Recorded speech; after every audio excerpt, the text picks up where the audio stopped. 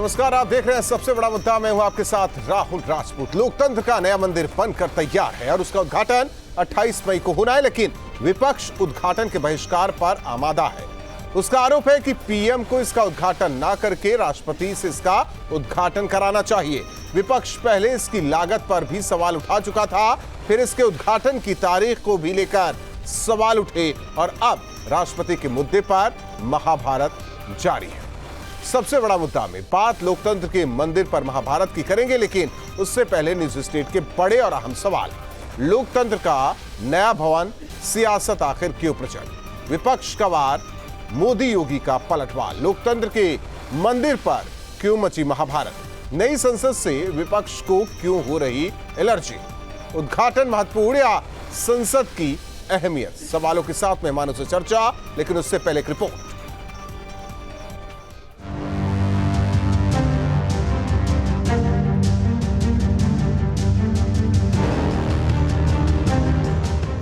मई को प्रधानमंत्री नरेंद्र मोदी नए संसद भवन का उद्घाटन करेंगे, लेकिन उद्घाटन से पहले ही विपक्ष ने एक सुर से कार्यक्रम के बहिष्कार का ऐलान किया है। विपक्ष के 20 दलों ने एक संयुक्त बयान जारी कर आरोप लगाया है कि राष्ट्रपति मुर्मू को पूरी तरह से दरकिनार करते हुए नए संसद भवन का उद्घाटन करने का प्रधानमंत्री मोदी का निर्णय न केवल राष्ट्रपति का घोर अपमान है, बल्कि हमारे लोकतंत्र पर सीधा हमला है। तो राष्ट्रपति का पद, जिसके बिना संसद की परिभाषा ही अधूरी है, अगर उसके द्वारा उद्घाटन नहीं होगा या उद्घाटन में वो आमंत्रित भी नहीं किया जाएगा, तो ये सरासर गलत है और एक गलत परंपरा की शुरुआत है।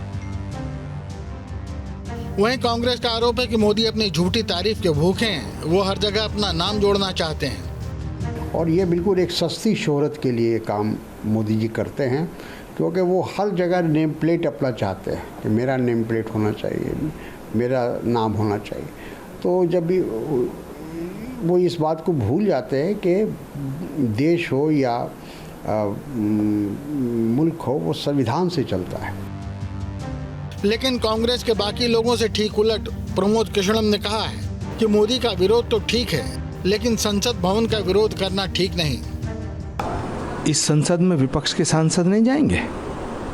पंडित नेहरू से लेकर आज तक जितने भी प्रधानमंत्री देश के हुए हैं, अब मैं तो हैरान हूं इस बात पे कि देश की संसद का उद्घाटन देश का प्रधानमंत्री नहीं करेगा तो कौन करेगा? तो विपक्ष को मोदी का विरोध करने का पूरा हक है। मोदी का विरोध करो, देश का विरोध करना ठीक नहीं। विरोध के मुद्दे पर विपक्षी दल एक हैं, लेकिन सीएम योगी का तर्क है कि इससे पहले भी पूर्व प्रधानमंत्रियों ने पार्लियामेंट एनेक्सी और लाइब्रेरी का उद्घाटन किया है। ये नई बात नहीं है। ऐसा नहीं कि पहली बार देश के प्रधानमंत्री इस प्रकार के किसी उद्घाटन के साक्षी बन रहे हों। इससे पहले पार्लियामेंट एनेक्सी का उद्घाटन तत्कालीन प्रधानमंत्री श्रीमती इंदिरा गांधी जी के द्वारा किया जा चुका है। पार्लियामेंट लाइब्रेरी का शिलान्यास पूर्व प्रधानमंत्री स्वर्गीय राजीव गांधी जी के द्वारा रखी गई थी। और योगी के डिप्टी सीएम केशव प्रसाद मौर्य ने तो भगवान से विरोध करने वाले दलों को सद्बुद्धि देने की अपील भी की है। एकदम नए संसद भवन के उद्घाटन की हार्दिक बधाई है और देश स्वागत कर रहा है, और जो विरोध कर रहे हैं उनको मैं क्या कहूँ, भगवान सद्बुद्धि दे। विपक्षी दलों की दलील है कि भारत के संविधान के अनुच्छेद 79 में कहा गया है कि संघ के लिए एक संसद होगी जिसमें राष्ट्रपति और 2 सदन होंगे। राष्ट्रपति न केवल राष्ट्राध्यक्ष होते हैं, बल्कि वह संसद का अभिन्न अंग भी हैं। उसको नकारा नहीं जा सकता, जबकि बीजेपी का तर्क है कि सिर्फ विरोध के लिए ये राग अलापा जा रहा है। पहले अधिक खर्च को लेकर आरोप थे, फिर तारीख को लेकर, और अब उद्घाटन राष्ट्रपति से न कराने को लेकर। Team news state.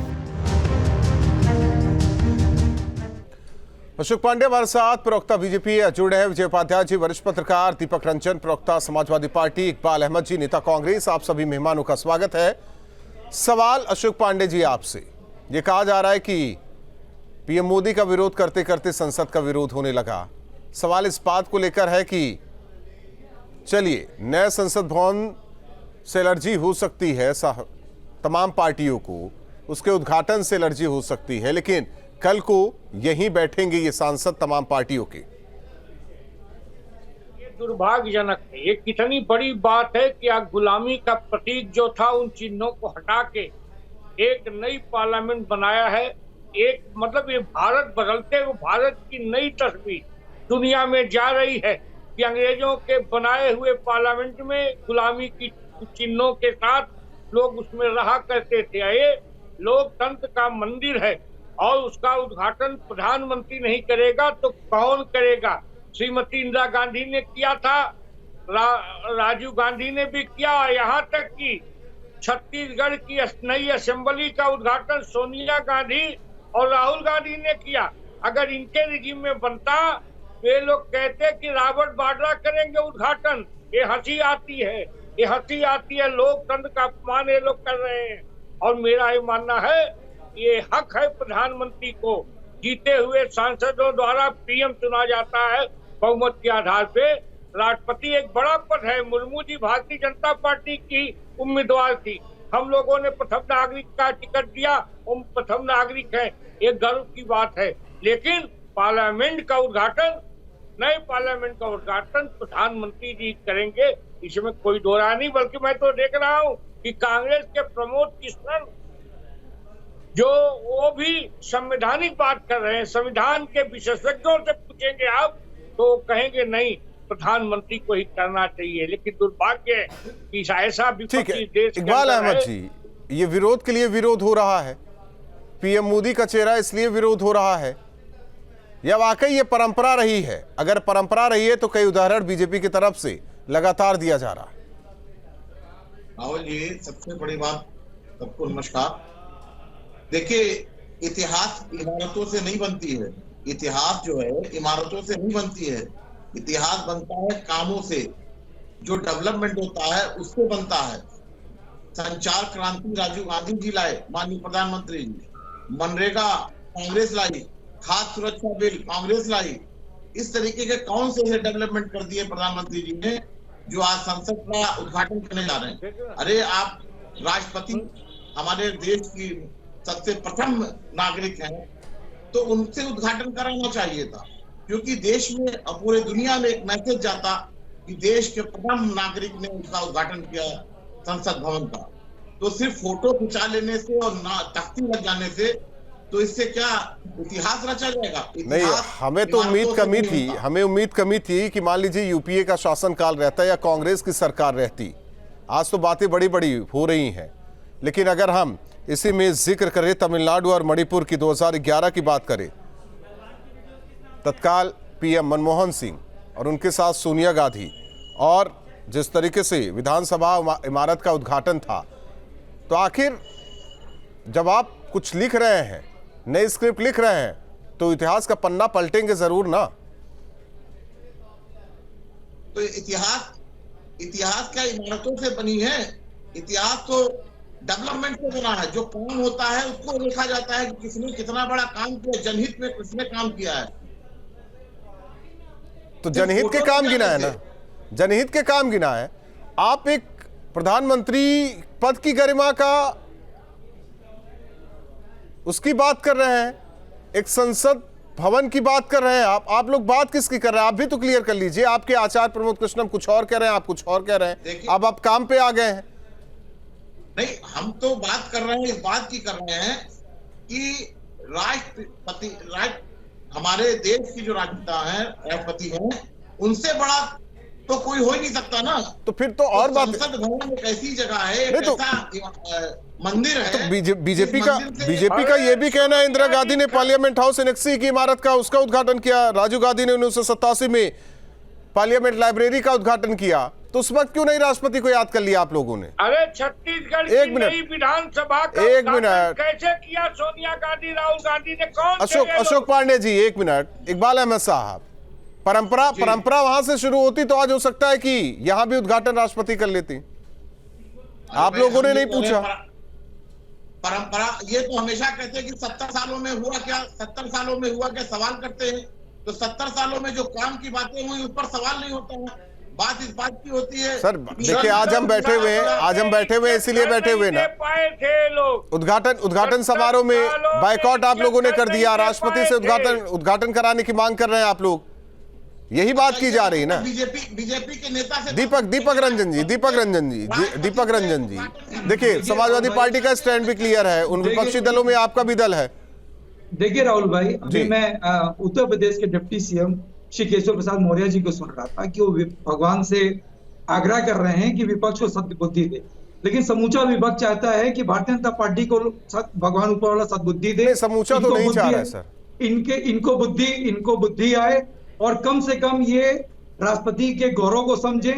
हिंदुस्तान के प्रथम नागरिक होती हैं वो। इन्होंने इनका नाम आगे पेश किया था राष्ट्रपति के लिए, इन्होंने इनको चुनाव लड़ाया था और उस टाइम इन्होंने ही कहा था कि हम एक आदिवासी महिला को और एक पिछड़ी जाति के महिला को हम नहीं, इतना ही अगर उस वक्त भी पिछड़ों का सम्मान करते आप लोग, तो फिर कैंडिडेट ना खड़ा करते, यूपीए की तरफ से कैंडिडेट ना खड़ा होता। फिर देखिए अगर आज उसी की बात कर रहे हैं। अरे पांडे जी, ठीक है, एक मिनट पांडे जी जरा शांत रहिए। पांडे जी जरा शांत रहिए, बोलने तो दीजिए।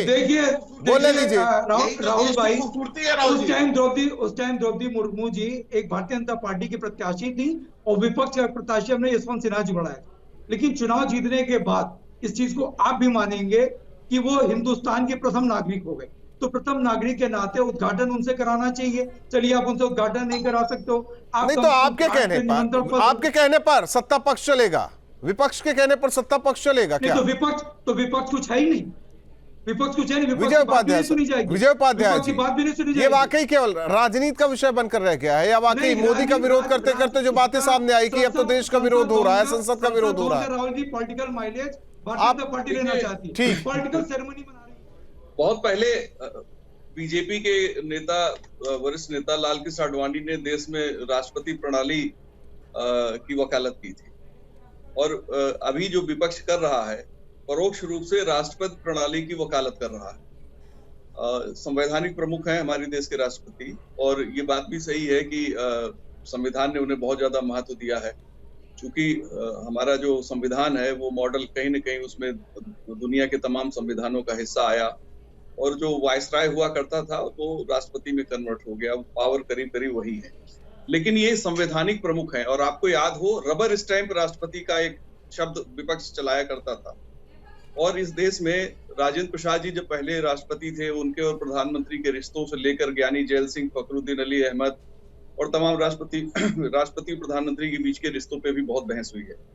लेकिन ये जो बहस हो रही है, मुझे ऐसा लगता है कि ये जाने अनजाने में विपक्ष राष्ट्रपति प्रणाली की तरफदारी कर रहा है और जो बात बीजेपी चुनाव के पहले कुछ नेता इनके कहते थे कि 24 के चुनाव जीतने के बाद तो चुनाव ही नहीं होंगे, तो मुझे लगता है कि ये जो राष्ट्रपति प्रणाली है इस पे भी बहस शुरू हो जाएगी आने वाले दिन में, चूंकि प्रधानमंत्री तो जनता से चुने गए जो मेंबर ऑफ पार्लियामेंट हैं उनका नेता होता है और संविधान के नेता हैं राष्ट्रपति, तो दोनों में टकराव कराने की ये जो कोशिश हो रही है अपोजिशन की, ये बहस जाएगी वहीं की राष्ट्रपति प्रणाली होना चाहिए और इसमें लेकिन मुझे लगता है कि दोनों स्थितियों में बीजेपी को फायदा होने की स्थिति है, क्योंकि राष्ट्रपति प्रणाली के चुनाव अगर अमेरिकन पैटर्न के यहाँ शुरू होते हैं या उस पर बहस होती है और आगे चल के चीजें उस तरफ रुख लेती हैं, तो निश्चित तौर पे ऐसी पार्टी को फायदा होगा जिसका पैन इंडिया काफी इम्पैक्ट हो और लोग वोट करते हो। और देखिए ये जहां पे आज हम खड़े हैं ये करीब 21वीं सदी के हम 25 साल पूरे होने के दरमियान में हैं और बहुत लंबे अरसे से इस देश में बहुत से सुधारों की मांग की जाती रही है। जैसे हमारे यहाँ अपोजिशन चाहे बीजेपी का हो, कांग्रेस का हो या किसी भी पार्टी का हो, अपोजिशन हमेशा एंटी डेवलपमेंट रहा है, सरकारों को काम न करने देने के लिए, क्योंकि लोहिया और पुराने जमाने के जो अपोजिशन लीडर थे वो समालोचना करते थे, यानी सुझाव भी देते थे और निंदा भी करते थे जहां कमियां होती थी। लेकिन अब तो सिर्फ कमियां ही बताई जाती है, अच्छी चीजों की। एक चीज लेकिन हमारे पड़ोस का मुल्क चीन है जहां। विजय उपाध्याय जी, एक चीज बता दीजिए, ये केवल और केवल मोदी का विरोध हो रहा है? यहाँ हमें लगता है कि हो सकता है कि यूपीए की गवर्नमेंट होती तो ये बहस का मुद्दा नहीं होता आज। नहीं, देखिए राहुल जी, इसमें अगर यूपीए की सरकार होती तो भाजपा भी इसको मुद्दा बनाती और जम के मुद्दा बनाती, शायद इनसे ज्यादा प्रखर तरीके से और ज्यादा लॉजिकल तरीके से बीजेपी मुद्दा बनाती। है ये निश्चित तौर पे मोदी का विरोध, लेकिन मेरा भी मानना है एक जर्नलिस्ट के नाते मुझे लगता है कि जो नई बिल्डिंग है वो कोई नई पार्लियामेंट नहीं है, बिल्डिंग है नई। और अंग्रेजों ने जो पार्लियामेंट बनाया था, पार्लियामेंट भवन बनाया था, उसका अब एक नया भवन आया है और ये हर जगह हर विधानसभा हो जाना चाहिए, जैसे यूपी की विधानसभा भी अभी भी पुरानी है। तो जो अंग्रेजों से जुड़ी हुई हमारी गुलामी के प्रतीक है, कहीं न कहीं उनसे मुक्ति पाने का एक समय है और निश्चित तौर पे इसको राष्ट्रपति नहीं प्रधानमंत्री को ही करना चाहिए। वो जनता की आकांक्षाओं के रिप्रेजेंटेटिव हैं, वो भले ही वो अभी चुनाव जीते या हारे वो अलग इशू है, लेकिन प्रधानमंत्री इस देश के कोई भी होते, कांग्रेस के होते या किसी और पार्टी के इकबाल अहमद जी, मैं ऐसा मानता हूं प्रधानमंत्री को ही करना चाहिए। ये तो केवल लग रहा है कि स्क्रिप्ट लिखी हुई है और उसी को फॉलो किया जा रहा है, सभी विपक्षी दल फॉलो कर रहे हैं कि बीजेपी और प्रधानमंत्री भी महिलाओं से जुड़ते हैं, क्योंकि पहलवान महिलाएं दिल्ली में बैठी है जंतर मंतर। फिर आ गए आप अपने उस पे मुद्दे पर और कोई पूछने वाला तो लेके सारे एक तरफ एक काम कीजिए ना, 28 मई को जब उद्घाटन होगा तो सारे सांसद आप लेकर वहीं चले जाइए, क्योंकि आपको उद्घाटन में शामिल नहीं होना है, सारे विपक्षी दल वहीं चले जाइए। हम एक सवाल राहुल जी, नहीं सवाल क्या कर रहे हैं, सवाल पर सवाल कर रहे हैं कि आप बीजेपी बस इतना सवाल राष्ट्रपति से क्यों नहीं उद्घाटन कराना चाहिए? वो भी तो पूछ रहे हैं कि सोनिया गांधी, राहुल गांधी, प्रियंका गांधी कहाँ चले जाते हैं उद्घाटन करने के लिए, आखिर क्यों कराया गया?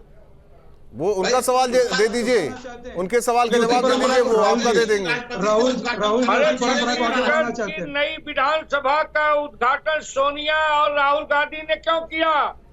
तो उसी परंपरा को आप भी आगे बढ़ाना चाहते हो? और ये अशोक जी उसी परंपरा को आप आगे बढ़ा रहे हो, वो भी पिछड़ी महिला के बारे में मायावती जी से पूछ लीजिए कि स्काउट कांड में इन्होंने बड़ा नहीं, यही कांग्रेस के नेता है। अधीर रंजन चौधरी ने क्या कहा था, बहुत इज्जत है ना आप लोगों को, जरा बयान पलट कर देखिए, थोड़ा पन्ना पलटिए, बयान भी सामने आ जाएगा। चलिए, आप चारों मेहमानों का बहुत बहुत धन्यवाद। जिस तरीके से 28 मई को संसद भवन के इस नए बिल्डिंग का उद्घाटन पीएम मोदी करेंगे, हालांकि इसे लेकर रार लगातार विपक्ष के नेता मचा रखे हैं और ये मांग है कि राष्ट्रपति के हाथों इसका उद्घाटन होना चाहिए, जिस पर तर्क बीजेपी की तरफ से लगातार दिया जा रहा है और यह भी कहा जा रहा है कि क्या प्रधानमंत्री मोदी का विरोध करते करते संसद का विरोध हो रहा है, देश का विरोध हो रहा है।